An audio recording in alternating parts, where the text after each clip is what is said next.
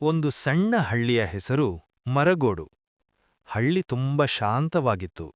ಹಸಿರು ಹೊಲಗಳು, ನದಿಯ ನಾದ, ಜನರ ಸರಳ ಜೀವನ.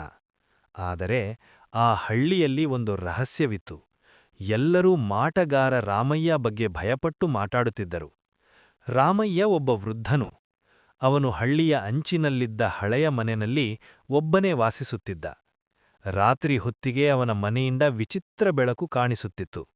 ಕೆಲವರು ಹೇಳುತ್ತಿದ್ದರು, ಅವನು ಮಾಟಮಂತ್ರ ಮಾಡ್ತಾನೆ ಅಂತ.